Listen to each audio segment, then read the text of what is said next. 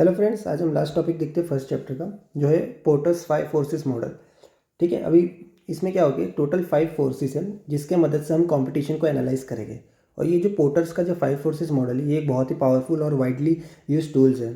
ठीक है, किसके लिए? कंपटीशन एनालिसिस के लिए। अब इसका एक बार रीडिंग ले लेते हैं। Michael Porter has proposed 5 forces model for competition analysis. ठीक है, which helps to understand whether industry is profitable and the nature and strength of competition. इससे क्या पता चलेगा कि क्या इंडस्ट्री प्रॉफिटेबल है या नहीं। किसी भी इंडस्ट्री के बारे में अगर स्टडी करें तो क्या हम ये पता लगेगा इससे कि क्या ये प्रॉफिटेबल है या नहीं है।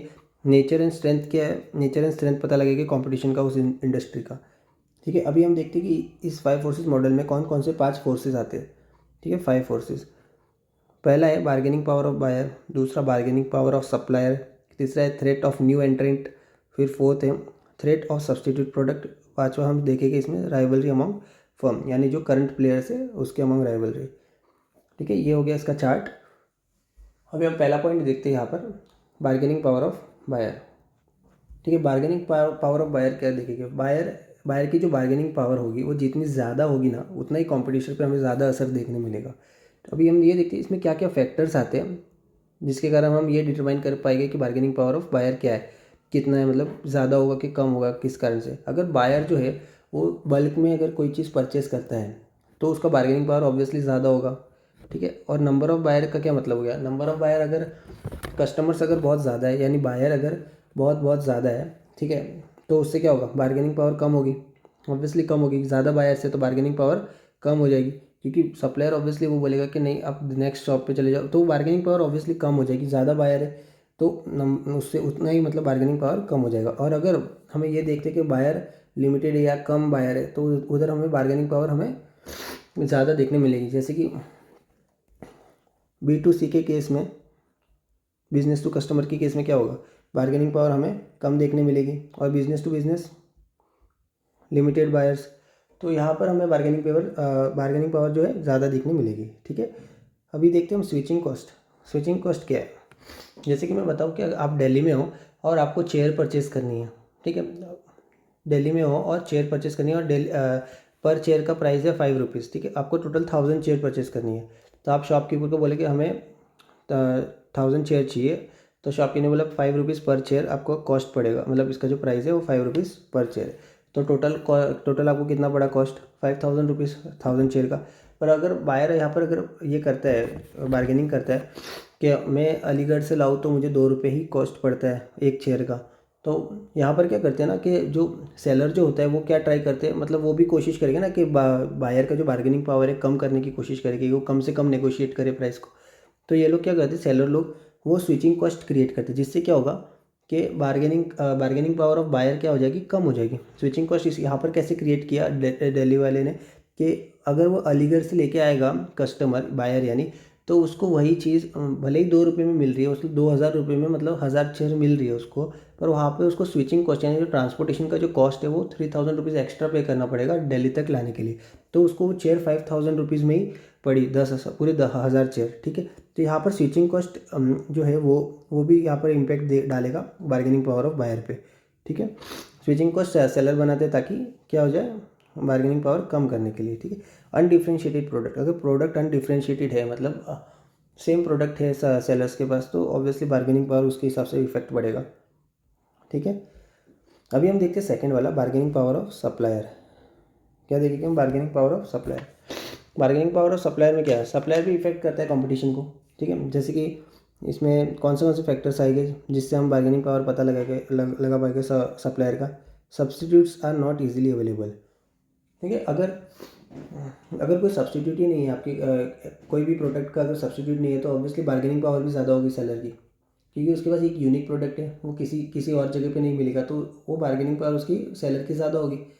हाई स्विचिंग कॉस्ट, इसमें क्या होगा? सप्लायर अगर प्रोवाइड कर रहा है रॉ मटेरियल जो बहुत ही क्वालिटी का है, मतलब बहुत अच्छे क्वालिटी का है, ठीक है, और उसका कोई सब्सटीट्यूट भी अवेलेबल नहीं है, तो शायद मतलब भले ही उसका मतलब कस्टमर का यहाँ पे बार्गेनिंग पावर कम होगा, मतलब होगा ही नहीं बार्गेनिंग पावर, क्योंकि उसके पास यूनिक चीज़ है, वो कहीं और पे नहीं मिल सकेगी। तो यहाँ पर भी हमें बार्गेनिंग पावर और सेलर ज़्यादा देखने, सप्लायर का ज़्यादा देखने मिलेगा, क्योंकि उसके पास अच्छी क्वालिटी का है। ठीक है, यहाँ पर हाई स्विचिंग कॉस्ट हमें देखने मिलता है। फिर डिफ्रेंशिएटेड प्रोडक्ट, मतलब उसके बाद डिफरेंट प्रोडक्ट है, एक अलग यूनिक प्रोडक्ट है जिसके कारण भी उसका सब इम्पैक्ट पड़ेगा उसकी बार्गेनिंग पावर पे। फिर ये एक इम्पॉर्टेंट पॉइंट है, मतलब bargaining power of supplier is inversely proportional to number of supplier. मतलब जितने सप्लायर ज़्यादा इन्वर्सली प्रोपोर्शनल है, ठीक है। मतलब बार्गेनिंग पावर कब कम देखी जाएगी, जब सप्लायर बहुत ज़्यादा होगा। सप्लायर ज़्यादा है तो बार्गेनिंग पावर, अगर कम है तो सप्लायर ज़्यादा है। अगर सप्लायर बहुत ज़्यादा है तो बार्गेनिंग पावर क्या होगी, सप्लायर की कम होगी। तो ये इक्वेशन हम हमेशा आपको ध्यान रखना है, ठीक है, एग्जाम पॉइंट ऑफ व्यू से। Bargaining power of supplier is inversely proportional to number of supplier. जितने सप्लायर ज़्यादा उतना ही बार्गेनिंग पावर कम देखने मिलेगा। फिर थर्ड हम देखते हैं थ्रेट फ्रॉम सब्सटीट्यूट। क्या देखेंगे हम, थ्रेट फ्रॉम सब्सटीट्यूट।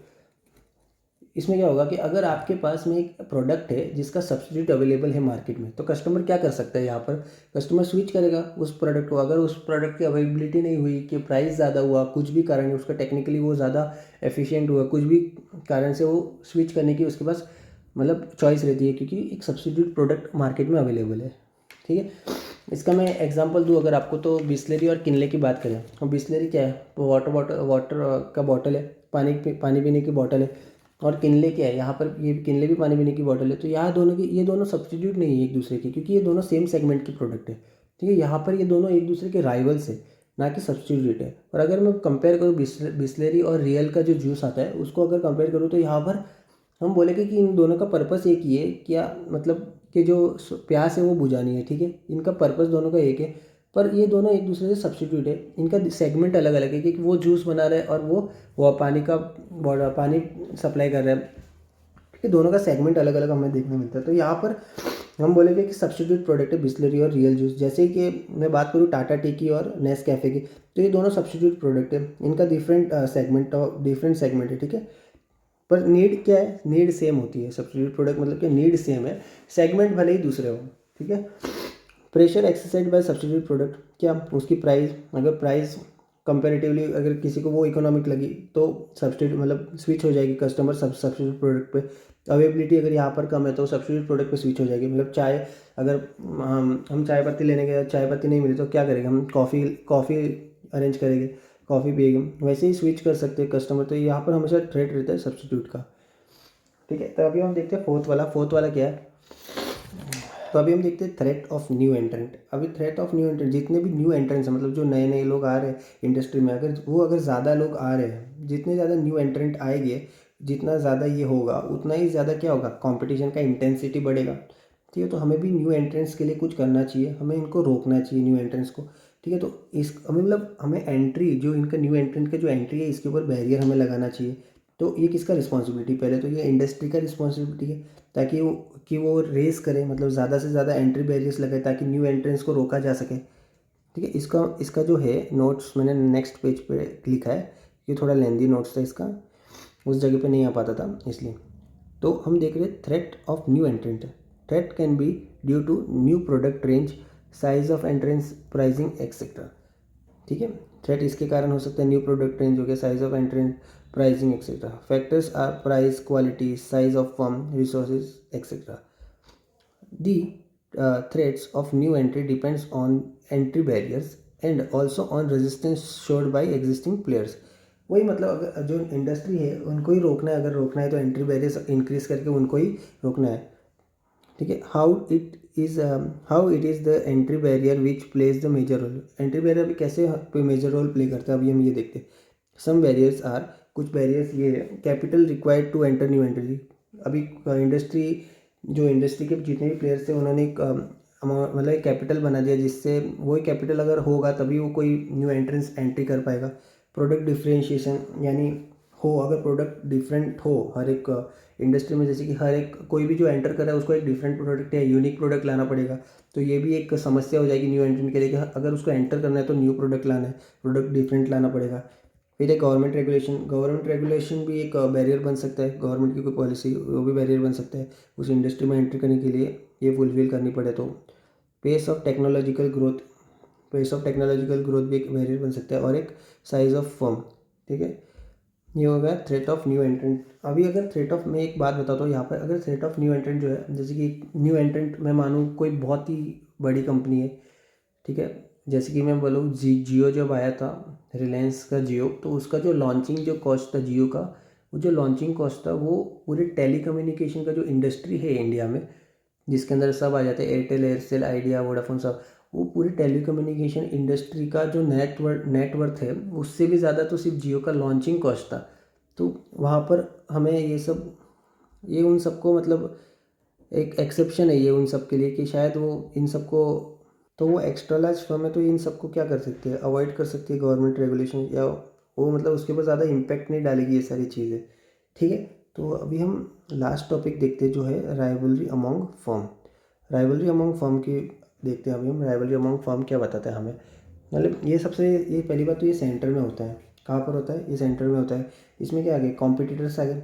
कॉम्पिटिटर क्या करके इन्फ्लुएंस करेंगे, प्रोडक्ट क्वालिटी, प्राइस, ये सारी चीज़ों को क्या करेंगे, इन्फ्लुएंस करेंगे। ठीक है, इसमें क्या क्या फैक्टर्स आते हैं अभी हम ये देखते हैं। पहला आता है number of competitors. Number of competitors क्या मतलब है, जितने ज़्यादा कॉम्पिटिटर्स हो गए, राइवलरी उतनी ही ज़्यादा होगी। ऑब्वियसली जितने ज़्यादा कॉम्पिटिटर्स हो गए उतनी ही ज़्यादा क्या होगी, राइवलरी होगी। Fixed cost involve. Fixed cost involve का क्या मतलब है, जितना ज़्यादा फिक्स्ड कॉस्ट होगा आपको भी डिज़ायर्ड रिटर्न चाहिए। ऑब्वियसली अगर आप बिजनेस कर रहे हो तो अगर आपने फिक्स्ड कॉस्ट रखी है तो आपको भी एक डिज़ायर्ड अमाउंट ऑफ रिटर्न तो आपको चाहिए उससे। तो कंपटीशन उतना ही ज़्यादा इंटेंस रहेगा यहाँ पर। ठीक है, और एंट्री और एग्जिट बैरियर की बात अगर हम करें तो एंट्री मतलब क्या होगा, अगर एंट्री बैरियर नहीं है, ठीक है, तो क्या होगा कि न्यू फर्म्स आएगी, कंपटीशन उतना ही ज़्यादा बढ़ेगा, इंटेंस हो जाएगा। ठीक है, और एग्जिट बैरियर की बात करें तो अगर एग्जिट बैरियर हाई है, ठीक है, एग्जिट बैरियर बहुत ज़्यादा है, तो एग्जिस्टिंग फर्म जो है वो बाहर नहीं निकल पाएगी। सर्वाइव करने के लिए क्या करेगी, कंपटीशन को इंटेंस करेगी। ठीक है, तो ये भी इम्पैक्ट डालेगी यहाँ पर राइवलरी अमंग फर्म के बीच में। यानी हम राइवलरी अमंग फर्म का या तो माने करंट प्लेयर जो भी है इंडस्ट्री में उसकी बात करें अमंग फर्म। ठीक है, और लास्ट अभी हम ये देखते हैं industry growth rate. Industry growth rate से क्या मतलब है, हाई या लो है। इंडस्ट्री ग्रोथ रेट हाई है या लो है, ठीक है, दोनों सिचुएशन में क्या होगा, राइवलरी में फ़र्क दिखाई देगा हमें। ठीक है, फिर लास्ट वाला आता है level of differentiation among product. जैसे कि अगर सेम प्रोडक्ट है, ठीक है, सबके पास सेम प्रोडक्ट है तो क्या होगा, कंपटीशन भी ज़्यादा होगा। पर अगर आप सबके पास डिफरेंट डिफरेंट प्रोडक्ट है, सबके पास अपना अपना खुद का प्रोडक्ट है, तो क्या होगा, कंपटीशन यहाँ पर इंटेंस नहीं रहेगा। ठीक है, कंपटीशन हाई नहीं रहेगा, बहुत मॉडरेट रहेगा। ठीक है, और ये हो जाता है अपनी माइकल फोर्सेस का 5 फोर्सेस मॉडल। ठीक है, ये सारे उसके जो भी फैक्टर्स थे हमने सारे के सारे फैक्टर्स देख लिए। बहुत ही इंपॉर्टेंट टॉपिक है ये, बहुत ज़्यादा। ठीक है, और अभी हम देखते हैं कि इसमें क्या क्या स्टेप्स इन्वॉल्व होते हैं, ये देखते हैं। Steps in 5 forces analysis. First step क्या बताता है हमें कि आपके मतलब आपके पांचों फोर्सेस से एसोसिएटेड प्रेशर्स को हम आइडेंटिफाई करते हैं यहाँ पर। Identifying pressure associated with each force, हम यहाँ पर क्या करेंगे, पांचों फोर्सेस से जो भी प्रेशर्स एसोसिएटेड है उसको आइडेंटिफाई करेंगे। अब आइडेंटिफिकेशन के बाद क्या करेंगे, प्रेशर की स्ट्रेंथ को डिटरमाइन करेंगे, determining strength of each pressure. ठीक है, फिर थर्ड स्टेप क्या होगा, डिटरमाइनिंग वेदर टोटल या कलेक्टिव, या हम बोल सकते हैं cumulative strength of all forces helps organisation to earn attractive profit. कि जो भी हमने एनालाइज किया है यहाँ पर और डिटरमाइन किया है स्ट्रेंथ हर एक प्रेशर से, क्या सारे कम क्यूमुलेटिवली अगर सारी स्ट्रेंथ को अगर हम इकट्ठा करें, कलेक्टिवली अगर हम इसका इफेक्ट देखें, तो क्या उससे हमें ऑर्गेनाइजेशन में क्या प्रॉफिट अर्न हो रहा है कि नहीं हो रहा है, हम ये पता लगाएंगे। ठीक है, तो यहाँ पर अपना चैप्टर नंबर 1 ख़त्म हो रहा है। ठीक है, और अभी हम नेक्स्ट चैप्टर स्टार्ट करेंगे। और अगर आपको वीडियो पसंद आई हो तो प्लीज़ सब्सक्राइब कीजिए, नोट्स पसंद आए हो तो प्लीज़ कमेंट कीजिए, सब्सक्राइब कीजिए और प्लीज़ शेयर कीजिए इस वीडियो को। ठीक है, thank you guys for watching.